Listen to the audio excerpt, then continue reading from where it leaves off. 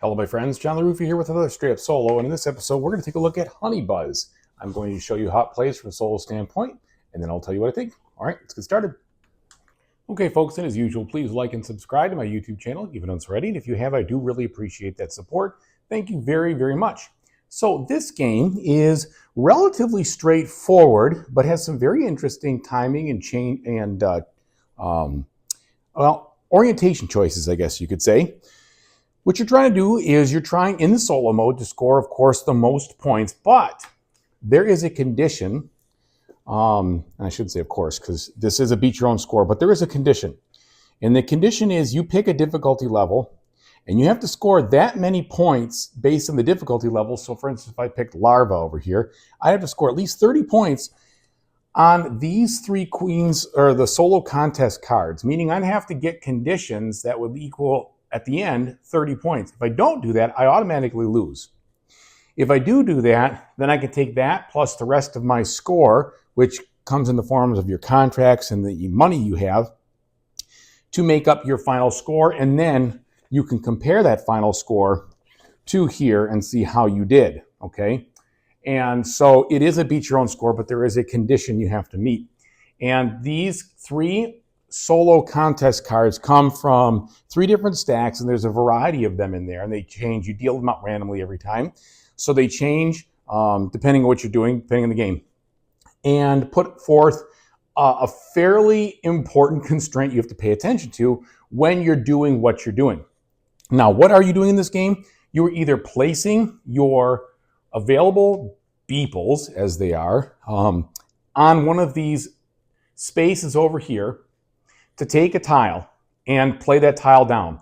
And if that tile then creates a completely isolated slot, then you will activate each of the icons around that slot. It's not ready yet, but when I place this one down, for instance, I activate each of these icons around here to do actions. And there's a variety of actions that you do in this game. If you place a tile down and it doesn't complete a slot and leave an empty place over there, then you don't take any of those actions. Your turn is finished. If you don't have any beeples left to place, you return all your workers to the board, and then you get to scout for nectar with your little scout over there on that board. And I'll tell you about that in a second. What you're trying to do is you're basically trying to build up your hive in such a way that you are going to produce the four different types of honey from the nectar tiles that you can sell to this market, fulfill these orders, or you can also gather pollen and just sell them there as well. The game ends when these market tiles bottom out, okay? Or you've exhausted 2 out of 3 of those stacks in the base game, all right? The stacks of orders. And there is a certain amount of pressure to hurry up, because as you play the game, the solo bot is going to, in just about every turn, either remove one of these nectars from the board, kind of denying it from you, and you can see the pile that I've already removed over here. A lot of them are gone. Or they're going to push down a specific one of these, basically hastening the end of the game and moving things forward. So you have to kind of hurry up. You have to make sure you're paying attention to your minimum requirements to be able to win the game, and plus work on all the dynamics that are going on. All right, so let me show you a couple of turns here. So it is my turn. Oh, and when you place the beeples, here's the deal with the solo game. The bot, if there's ever a bot in one of the drones in one of these spaces, you're not allowed to play on that space. Now, they will move around, and they don't, if you're already there, it doesn't matter. But when he's there, you cannot play on them. If you want to play a beeple to a space, if it's empty, it only requires 1. If it has one of your beeples on it, you have to put 2 on there. Basically, you have to exceed whatever's there, okay? So let's go ahead and just take a turn here. So I'll show you how easy the game is, relatively speaking. So if I want, I could take this one guy and put it right here, pick up a tile. Now this tile here has a market icon on it, meaning if it activates, I'm going to the market, all right? And I'll put this right here, let's say, to demonstrate. Now, when I put it right there, come on. When I put it right there on the board, it will create a specific unique shape in those reddish outlines. And that, in this case, corresponds to rosemary. So if I wanted to, I could forage and put a rosemary nectar, which is way over there, in that spot if I wanted to. But in order to forage, I have to take a forage action over here or use one of the wild actions, the decree action. But either way, I created a slot, all right? That means that I'm going to take these different actions. I can take them in any order I want. So I'll take this action right here to add a new beeple to the nursery, increasing my workers. I'll take this action right here for the market. I could sell this at a cost of 3, but actually, I don't want to take that market action. Well, actually, the funny thing is that you have to. So that's the thing with this game, is that if you can do something, you have to do it. You can't skip over. So you could do it in any order you want, but you don't have a choice. So you'll activate them all, and you, oh, I'm sorry. You have to take them all, no matter what. So that means by putting this here, even though I'd rather fulfill an order, I'm not able to fulfill that order because I don't have anything else to work with it. However, I might be able to get sneaky. So I can use this tile to produce. And when you produce, you put your little fan down and you put it between any 2 or any 3 or any 1, however you want to put it. You put it in this area right here, and any of the nectars that touch it will then produce. Well, I was just talking about how I need to do something to get me some way to fulfill these contracts. So I can put it here. That'll get me one of these, what is that? Wildflower nectars or wildflower honey. And then I'll get another star honey. Isn't star, what is it? It's rosemary. Because they're right next to each other. Well, I've got the workings of some of these things, but not quite. I have another action I can take here, I must take. I'm going to move this over here, and I'm going to produce on this tile. Now, these are already full, so they don't produce again, but this one, can you see that? Oh, geez, it's right off the, of course.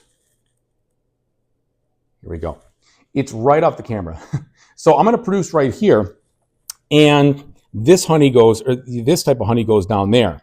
Now, I have that one market action that I can take. Well, good news, I have the 2 and this that I need for this one, this contract, so 9 points. So now I get 9 points. I'll put it over there. That is one of the things I need to do. I need to work to try to get total orders. That's 3 of them. So I spend these, all right? And then I flip over this new order, and I must take this action right here, but I could take it at any time in my turn. Well, my turn is basically over because I've done all 4 of these. So now I do a forage action. So what I could do is I could spend a bunch of money to get up there and put that token, but I don't want to. I'm going to go to this token right here. And those, I don't have a spot to put right now, but I can take a nectar instead. So I can take a nectar and put it in my supply. I don't know exactly where the nectar goes. I'll have to look that up. But I could basically do that. And then this nectar I can use to sell, or not nectar, the pollen, pardon me, I can use to sell that for 5 at a later market action.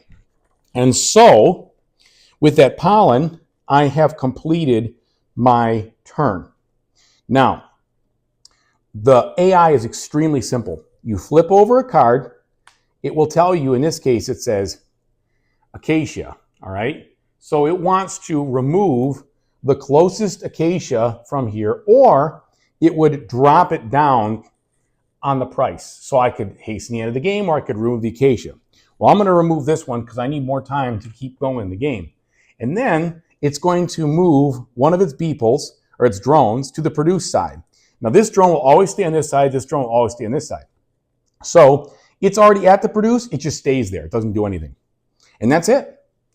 So you play the game until the end game condition comes out, like I told you, where you've exhausted 2 out of the 3 piles of orders, or you have brought down 4 out of the 5 resources here, or 5 markets to the very bottom. Oh, and by the way, once you have done this, if one of these would go down more, it doesn't go down anymore. You choose to pick another one and you move it down instead. So it's not like you can get stuck where something keeps being activated and it doesn't work. Now, the other thing is that if I sell to the market, anytime I sell to the market, I will take a certain number of those, multiply it by that number here, the current value, get that, and then just bring it down one. So even if I was to sell 4 of them, I'd only bring it down one space. It doesn't go down all 4. So you can't crash the market in this game. All right, so that is basically what we're dealing with. There are a couple other actions. I've shown you produce. I've shown you the forage. I've shown you the market.